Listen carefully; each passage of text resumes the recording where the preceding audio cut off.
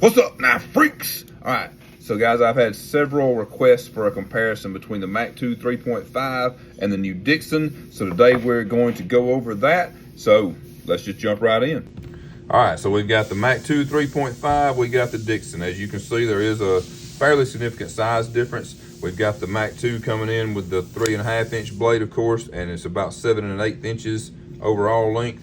And then we've got the Dixon, which has a blade is 3.75, and the overall length on it is about 8 3/8. So they do have the exact same blade stock thickness. So we didn't go any thicker or thinner on the blades. Exact same thickness. And what that also means is that all the hardware is basically the same. So the stop pin is bigger in the Dixon. It has an 1/8 inch stop pin. The standoffs are the same as the MAC2. It doesn't have thumb studs, so that's not an issue. The pivot screws are the same.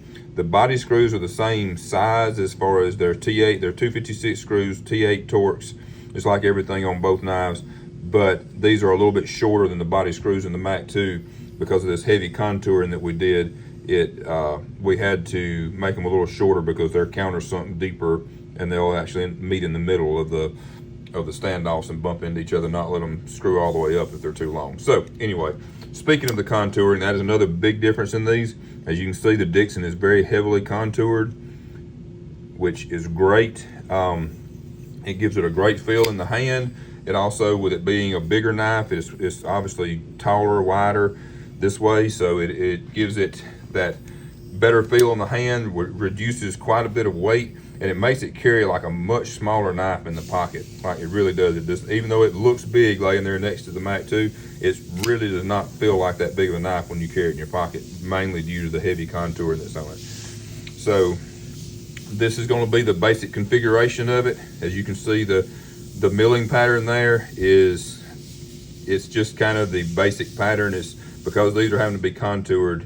This is going to kind of be the way these are. Those step over lines are going to be the basic pattern. At some point, we're going to probably attempt to do some of our other milling patterns on here, but this is going to be the basic pattern, which I actually really like. It's not rough, but it gives it just a little bit of a tactile feel there, that you can actually feel the lines just a little bit. It adds to the grip just a little bit. So I actually really like the way the lines look and feel there. So pretty happy with how those came out. I talked about it already on other videos and stuff, but that's the 3D hybrid clip that sits down in a recessed pocket in the handle. So it's got the 3D base, and then it's bent, so we get the functionality of a bent clip, and you got your normal smoothness that you expect from a McNeese. And yeah, that's the biggest differences, guys. Everything else, like I said, the bearings are the same. All the hardware is basically the same, other than the length of those screws right there.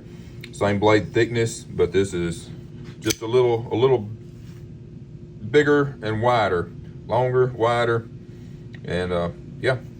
So that's the comparisons. You guys feel free to hit me up in the comments down there with any more questions you've got on them, or anything else you'd like to see on them. And really looking forward to the release of these. Make sure you're signed up for our newsletter so that you can get the info on the release date, and we appreciate you guys.